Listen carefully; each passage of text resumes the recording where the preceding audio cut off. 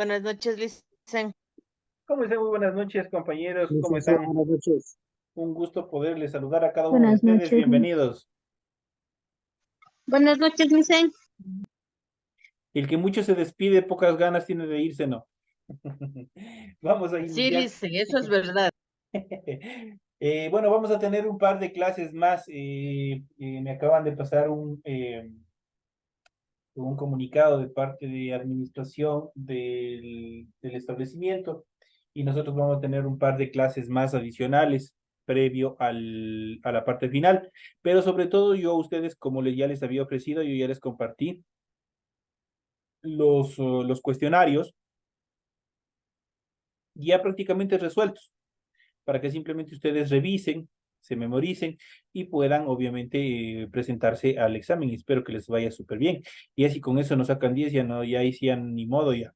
Recuerden que de las 30 preguntas que ustedes tienen ahí, solo 10 al azar estarán en el examen. Así es que por favor traten de revisar bien, traten de ubicarse bien, familiarícense con ese cuestionario para que ustedes puedan rendir tranquilamente el examen final que ustedes van a tener ya a partir del próximo año, que ya prácticamente se da por finalizado este proceso educativo.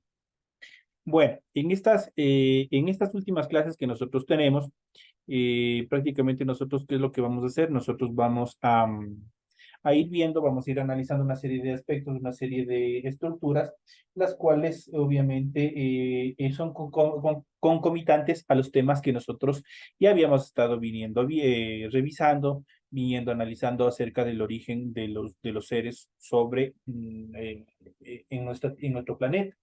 Vamos a ir viendo, vamos a ir haciendo una serie de análisis, una serie de estructuras, y obviamente en base a eso ustedes van a tener un par de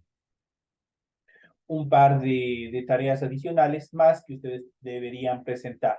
Entonces, me imagino que en las próximas, en el transcurso de esta semana, yo ya les subiré estas últimas tareas para que ustedes puedan desarrollar. Obviamente, igual como se ha venido haciendo. Algo pues, bastante pequeño, algo bastante simbólico, teniendo en cuenta que se tiene que presentar en esta última etapa. En ese sentido, nosotros vamos a ir hablando sobre directamente sobre los elementos de la vida. Vamos a ir analizando, vamos a ir viendo. Nosotros habíamos visto una serie de teorías, muchas de ellas absurdas, acerca de, obviamente, de los primeros biólogos, de los primeros filósofos que fueron estudiando, que fueron desarrollando algún tipo de investigación, los cuales obviamente permitieron dar una serie de teorías, muchas de ellas desacertadas acerca del origen de la vida, cómo se iba desarrollando.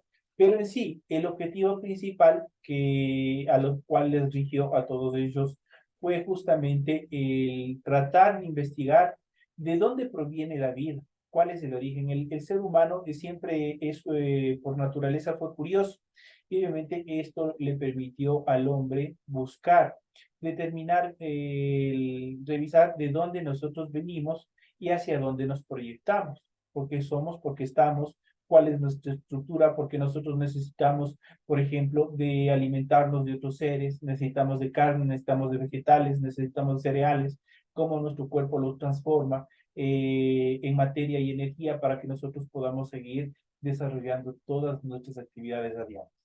Vuelvo y repito, en un inicio todas estas actividades fueron erróneas, pero con el transcurrir del tiempo se fue mejorando.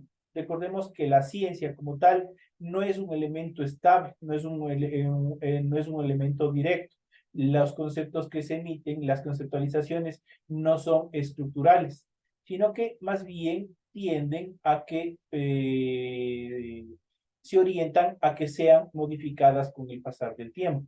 Entonces llegarán otros filósofos, llegarán otros científicos, los cuales desarrollarán mejores estudios con una mejor visión y obviamente dejarán fuera de sustento cualquier teoría anterior.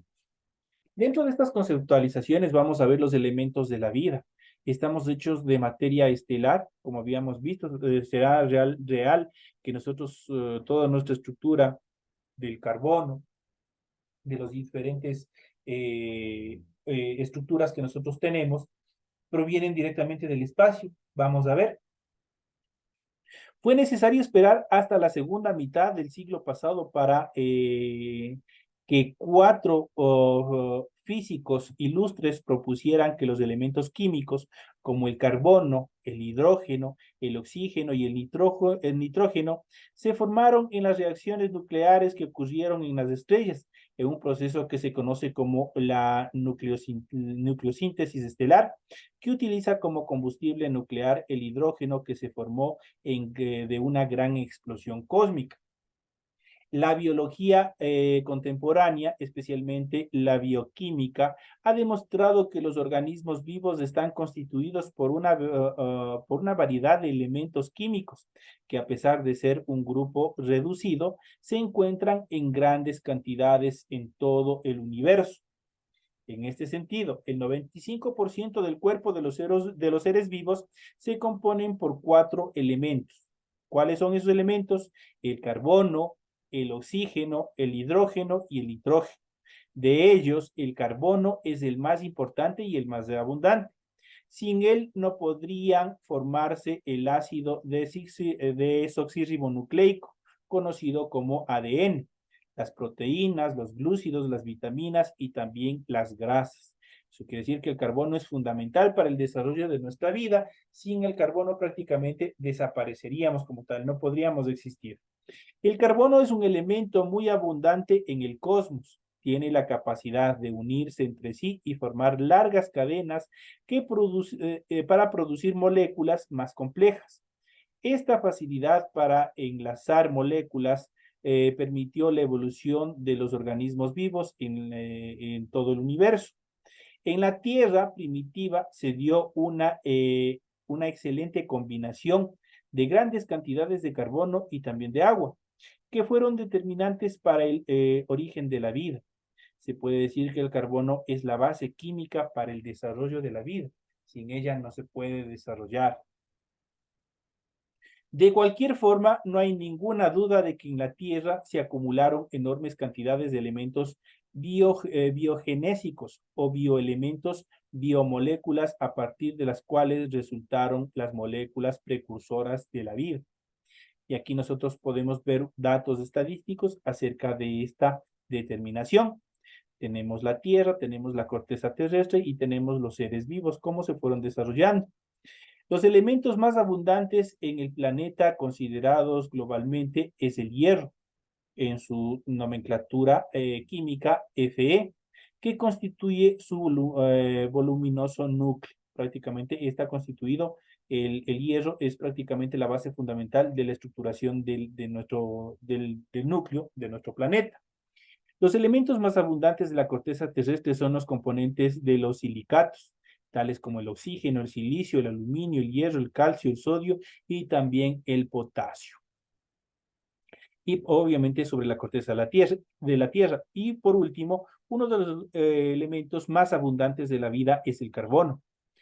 Si bien abundante en el universo, es minoritario en las capas minerales de todo nuestro planeta. Eso quiere decir que el carbono no se produjo en nuestro planeta y de algún lugar tuvo que aparecer. Justamente de esta parte sustentan los filósofos, sustentan los investigadores, y obviamente que este provendría directamente del espacio a través de los diferentes impactos de cuerpos celestes que tuvo nuestro planeta. En este sentido, vamos a ver el libro de arena y las sucesiones numéricas. En este caso, vamos a ver al final de este módulo, obviamente que vamos a ver un poco más adelante, se encuentra el relato del libro de la arena de Jorge Luis Borges, el que, al igual que este módulo, nos hace pensar que el infinito de la posibilidad, la grandeza de la vida y lo que nos falta por descubrir, en el relato existen fragmentos matemáticos como los que podemos mencionar más adelante y que vamos a ir viendo. Por ejemplo, la línea consta de un número infinito de puntos, el plano de un elemento infinito de líneas, el volumen de un número infinito de planos, el hipervolumen de un número infinito de volúmenes. Prácticamente, ¿a dónde queremos llegar con esto? Prácticamente todas las ciencias como tal tienen una correlación, no son independientes. Si nosotros vemos el lenguaje, el lenguaje tiene que estar correlacionado con el resto de disciplinas, tales como las matemáticas, tales como las ciencias naturales, como las sociales, todas están relacionadas entre sí para poder fundamentarse, para poder estructurar. Dentro de este punto de vista, si nosotros vemos, para poder calcular la cantidad de nitrógeno, por ejemplo, en nuestro planeta, ¿a qué materia debemos recurrir? A la estadística, a la matemática, donde nosotros podemos hacer un cálculo de la cantidad de nitrógeno que existe, de la cantidad de carbono que existe, del tipo de capas que existen de los suelos, las estructuras, la cantidad que existe de determinados elementos, los cuales se van expresando en nociones matemáticas. Pero a su vez, para dar una explicación, para dar la conceptualización, en este caso, por ejemplo, de qué es el carbono, tenemos que recurrir ¿a dónde? Tenemos que recurrir al lenguaje, que nos permite estructurar con un lenguaje adecuado, con un léxico adecuado de acuerdo al tema, podemos estructurar una conceptualización. A su vez, esta conceptualización tiene que estar correlacionada con ciencias sociales, que es a su vez la disciplina que se encarga del estudio de las estructuras y los fenómenos que se dan sobre el suelo, sobre la estructura de nuestro planeta. Entonces, todos en sí están correlacionados. Entonces, y todos ellos nosotros tenemos que ver en sí cómo se van desarrollando una con otra las diferentes ciencias. En este sentido, vamos a ver los efectos sociales de la teoría de la evolución. La evolución, la teoría de la evolución de las especies, la teoría de la evolución del universo, todo tiene efectos sociales. Si nosotros hablamos de la evolución de las especies, especialmente de la teoría que estableció Charles Darwin, que hizo bastante énfasis en el estudio en nuestras islas Galápagos, en el archipiélago, prácticamente, ¿qué es lo que desarrolló? Desarrolló una serie de investigaciones que le llevó, obviamente, a un cambio social, porque la estructura, la terminología, la conceptualización, obviamente a las personas les hizo cambiar su forma, su idea de pensar, incluso a las personas más ilustradas. Obviamente que tenían hasta una época determinada, hablemos hasta finales del siglo XIX, tenían una idea errónea de todas las investigaciones que se habían desarrollado.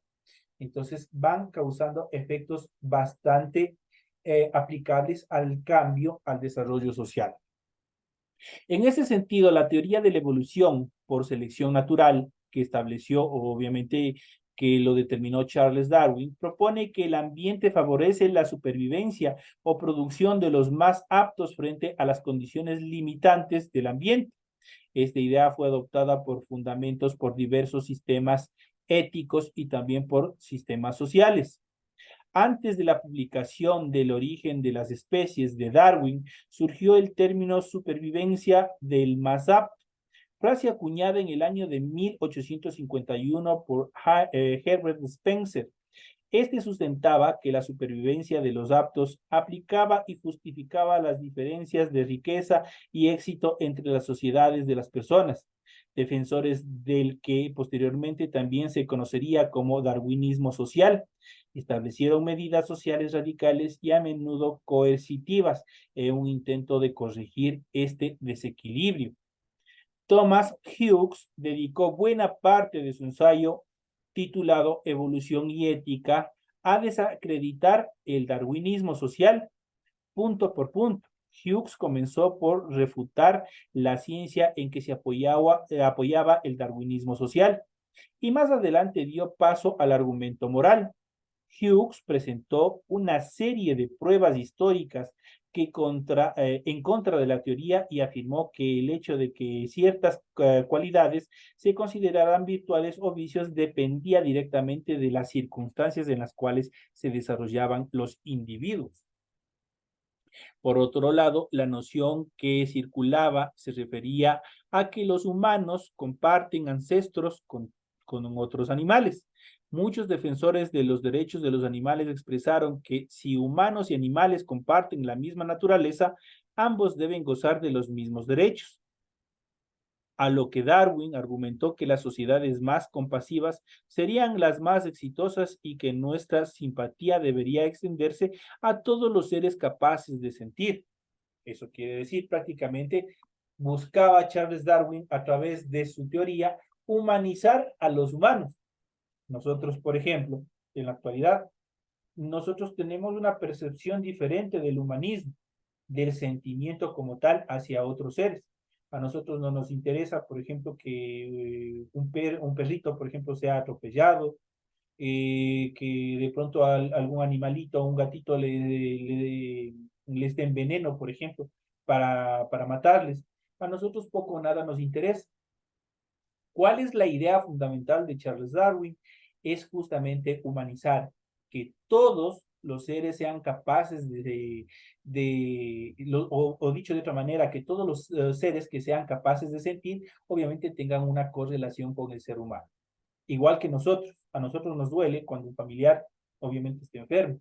Lo mismo los mismos sentimientos deberíamos tener hacia seres semejantes, hacia otros animales, recordando que dentro de la clasificación taxonómica de la naturaleza, nosotros estamos constituidos, nosotros estamos estructurados dentro de la clasificación de los animales y por ende, obviamente, nosotros deberíamos tener las mismas consideraciones hacia los otros seres que sienten dolor, que tienen sentimientos. En conclusión, el darwinismo social se caracterizó por poseer una variedad de políticas y teorías sociales pasadas y presentes. Puede ser definido históricamente como la rama del evolucionismo constituida por una serie de teorías pseudocientíficas que surgen de la teoría de la selección natural de Darwin, a partir de la relación entre las leyes de la naturaleza con las leyes sociales, que sustenta la supervivencia del más apto para poder sobrevivir. Nuestro cuerpo, nuestro organismo, necesariamente tiene que estar evolucionando, tiene que estar adaptándose a nuevos cambios, tiene que estar transformándose para poder sobrevivir. De lo contrario, nosotros no podríamos sobrevivir, ¿no? Nosotros no podríamos adaptarnos a nuevos cambios dentro de la sociedad.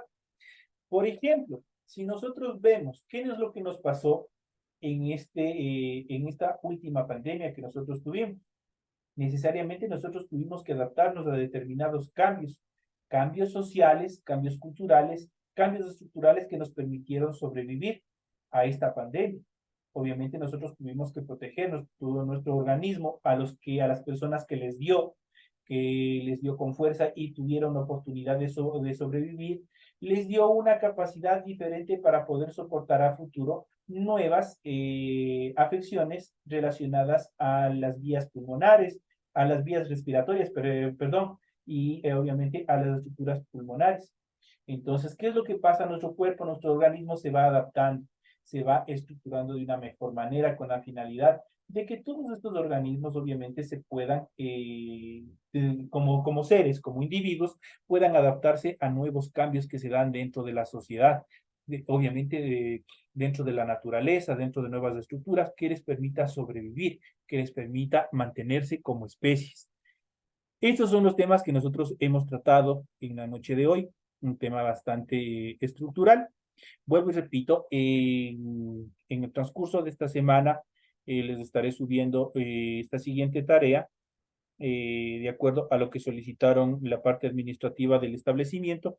Obviamente les pondré en función el material de apoyo, la tarea y obviamente esta clase para que ustedes puedan tranquilamente desarrollar un grupo de preguntas, unas 3 o 4 preguntas adicionales que les voy a poner en función del desarrollo de esta tarea. Señores y señores, de esta manera llegamos ya a la parte final del desarrollo de la presente clase. Les deseo que les vaya súper bien, que descansen y nos estaremos viendo hasta la próxima clase. Gracias, Liceo. Hasta luego, Licen.